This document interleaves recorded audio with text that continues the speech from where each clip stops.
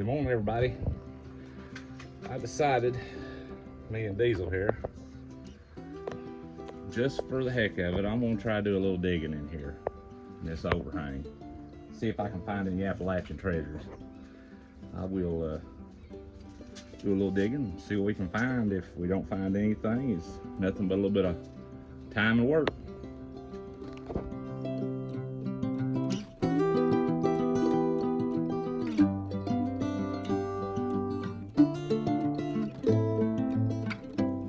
Well, so far, there's so much shale rock like this that it's gonna be hard to tell anything about. I may be wasting time, but I do notice my color of my ground's changing a little bit. I get down out past the rock base, like here, I've got rock. Quit, Diesel. Lord, you're killing me, son. One thing I know for sure is that if I can find any flint at all in here, it'll be a plus, because there's nothing here but sand rock and clay, slate. Except it breaks off in chunks, it's not hard. Plus I've got big rocks like this. It's probably fell from the ceiling. I don't know, what's your thoughts? I'm not, this is the first time I've ever dug any for anything, and should I give it up? Got any tips? I know I need to screen. I gotta build me a screen.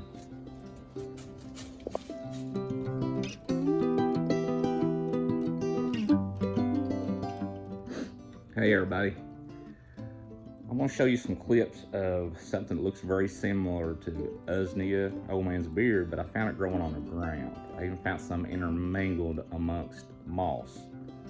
I do not know this to be old man's beard. I'm reaching out to some people to see if they can positively identify it. But if it is, I found quite a bit of it. Been studying on that. There's a lot of medicinal purposes for that. We shall see.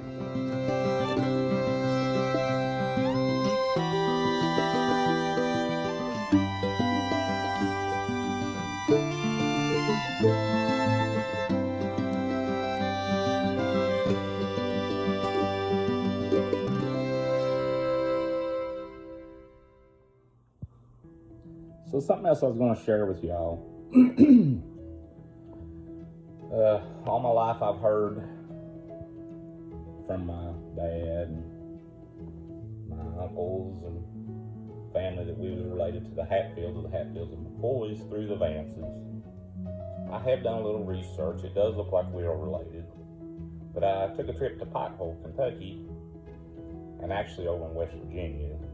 The Pikeville side was the McCoys, but took a trip over in West Virginia and went to the Hatfield Cemetery and the McCoy Cemetery, and went to a lot of the historic sites and took some pictures, so I'm going to share them with you in this video also.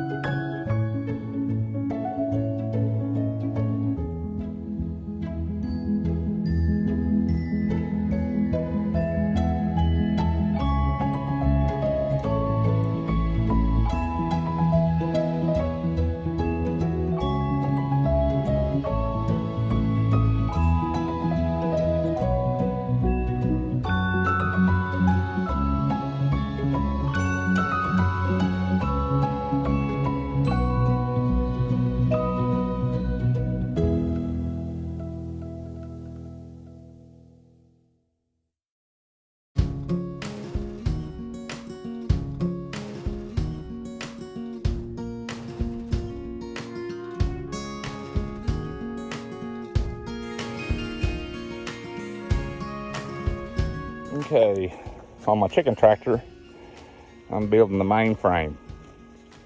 So I'm using stuff I cut off my sawmill here on the farm. It's a little heavy.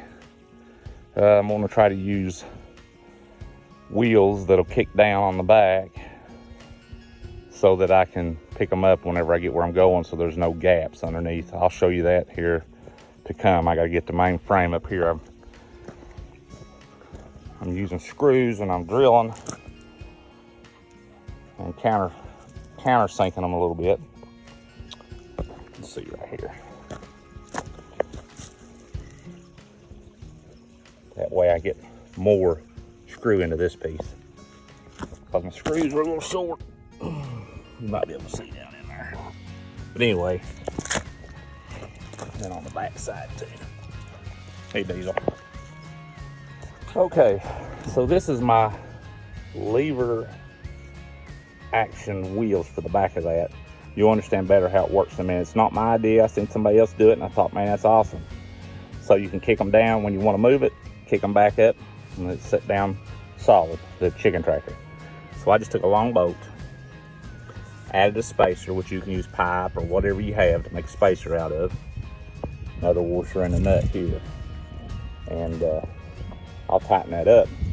Then I'll put me a point of axis down this way somewhere so we'll have leverage with this.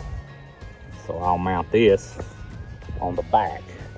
Then it'll pivot off this and you can flip this around to get it up off the ground. When you get where you're going, flip it back down. A little hard to understand, but I'll show you when it's together. So I got it assembled. You see, as it sets, don't touch the ground. Well, you can move it. I'm gonna let it sit flat.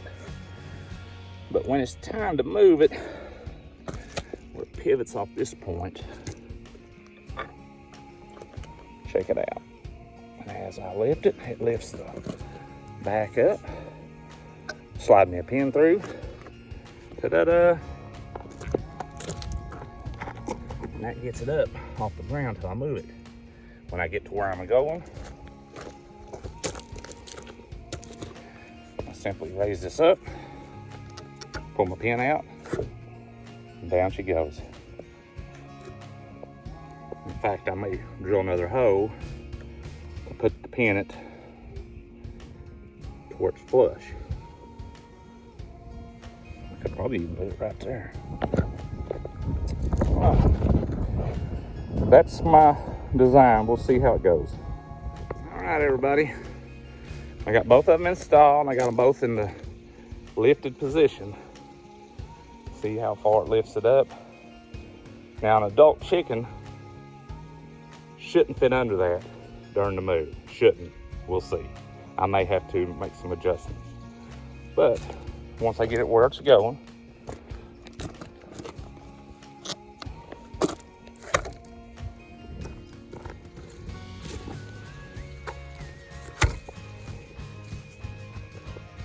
there she goes. So now I just got to build the frame and run the wire and the roof. Time's running out. I have turkeys here at the end of March, which they won't be ready for this no time soon. I'll actually need the brooder before I'll need this. And then the meat birds come in June. And that's when I'll need it, shortly after they feather. Well, I started putting the wire on. I'm going with 2 foot uprights, 24 inch. And I'm sandwiching the wire between the initial frame and the uprights. Oh, you all right? Right there's another one. So I will go in here with tacks and fasten it along the bottom. Keep predators out. But thought I'd give you a look at my progress. All right, so I know all this is overkill. You know, it's heavy. It's not gonna be as easy to move. It'll be all right for me to move. But I don't know if my girls will enjoy moving. But I'm hoping to get lots and lots of use out of it. And hopefully this will work out good and I'll continue to use it. Continue to raise my own meat chickens. and raise them organically. And try to watch more of what I'm eating. Seems like this day and time, everything's stacked up against us. Anyway, thanks for watching. Remember to like and subscribe.